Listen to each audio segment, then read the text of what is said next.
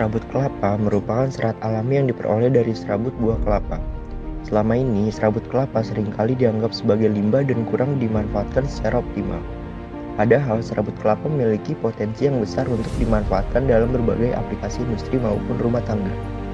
Indonesia sebagai negara dengan produksi kelapa terbesar di dunia yang mencapai 15,5 miliar butir per tahun, atau sekitar 28% dari total produksi dunia, memiliki ketersediaan serabut kelapa yang melimpah.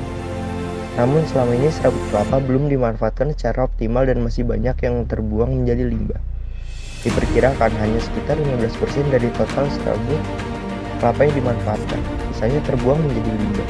Dengan kreativitas dan inovasi, serabut kelapa dapat diolah menjadi berbagai produk bernilai tambah, seperti komposit, isolasi bangunan, bahan baku tekstil, media tanam, atau bahkan sebagai bahan penyerap minyak dan zat kimia.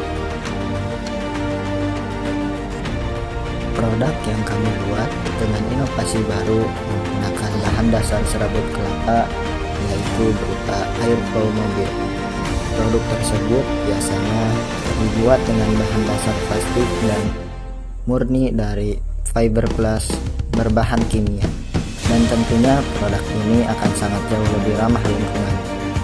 Dan juga biaya produksi yang dikeluarkan cenderung lebih murah, terutama dalam pembelian bahan bakunya, yaitu serabut kelapa, dibandingkan dengan air flow yang terbuat dari plastik dan murni terbuat dari fiberglass berbahan dasar kimia. Produk kami digunakan untuk memodifikasi dan juga sebagai aksesoris tambahan pada mobil, yang tentunya peminat dalam modifikasi mobil ini cukup banyak, terutama pada komunitas-komunitas mobil. Untuk proses pembuatan fiberglass dengan serabut kelapa melibatkan beberapa langkah yang menarik, yaitu langkah pertama dalam pembuatan airflow mobil dengan serat kelapa adalah pengumpulan serabut kelapa yang sudah dipisahkan dari buah kelapanya.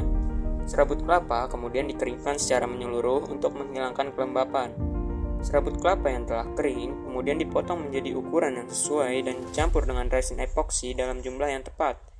Proses pencampuran ini bertujuan untuk memastikan serabut kelapa meresap resin secara merata. Campuran serabut kelapa dan resin kemudian dimasukkan ke dalam cetakan yang telah dipersiapkan sesuai dengan bentuk yang diinginkan.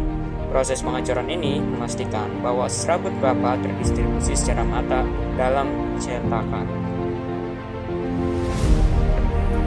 Setelah proses pengecoran selesai, bahan fiber koko perlu didiamkan untuk mengeringkan resin secara menyeluruh.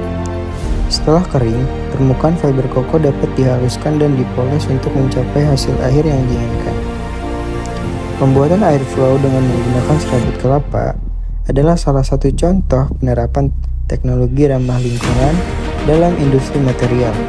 Dengan memanfaatkan sumber daya alam yang tersedia secara berkelanjutan, proses ini dapat membantu mengurangi dampak negatif terhadap lingkungan.